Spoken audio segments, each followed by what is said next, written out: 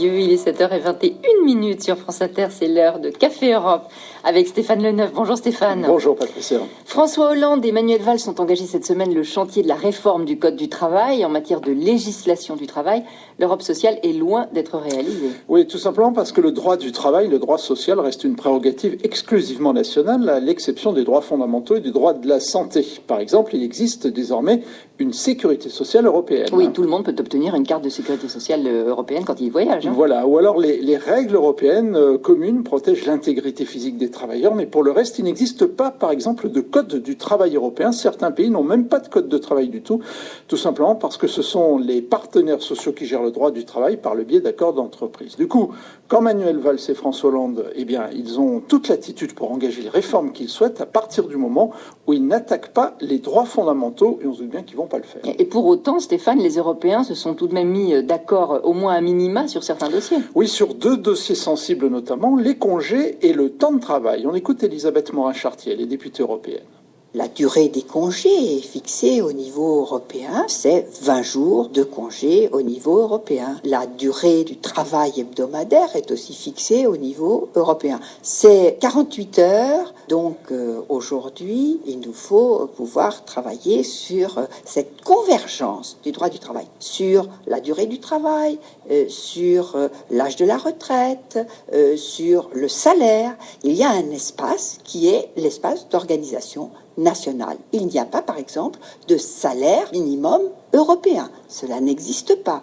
Par exemple, le salaire d'un Bulgare est 10 fois inférieur à un salaire luxembourgeois ou à un salaire suédois. Mais aujourd'hui, le changement est tel au niveau européen avec cette libre circulation des travailleurs, mais aussi avec l'espace européen de travail. Il nous faut plus de législation européenne. C'est la raison pour laquelle la proposition du président de la République, qui dit qu'il veut réformer ce droit du travail, eh bien, cette proposition doit forcément s'inscrire dans cette vision. Il n'y a pas un code contraignant, mais il y a des convergences qui doivent être de plus en plus fortes. Alors on l'aura compris, ces convergences sont très difficiles à obtenir. Par exemple, sur le temps de travail en Europe, vous venez de l'entendre, un salarié ne peut pas travailler plus de 48 heures dans la semaine.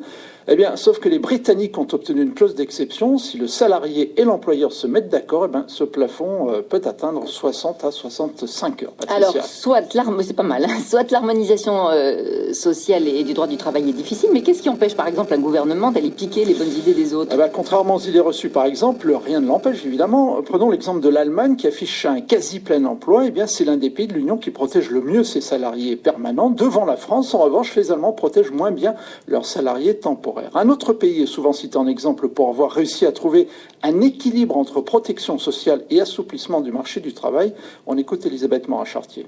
Bien, il y a un excellent exemple. C'est ce qui se passe au Danemark, qui a mis en place depuis plusieurs années la flex-sécurité, cette flexibilité et cette sécurité du travail.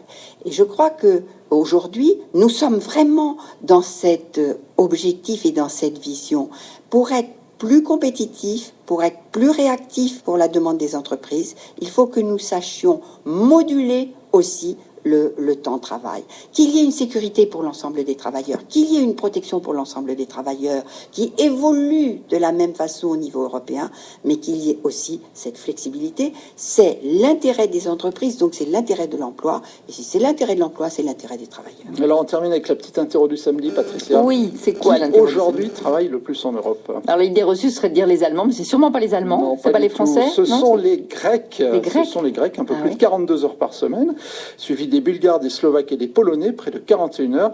Alors les Français ne sont pas les plus feignants de l'Europe, comme certains le laissent croire. Ils travaillent en moyenne 37,4 heures par semaine, un peu plus que la moyenne européenne qui est de 37,2.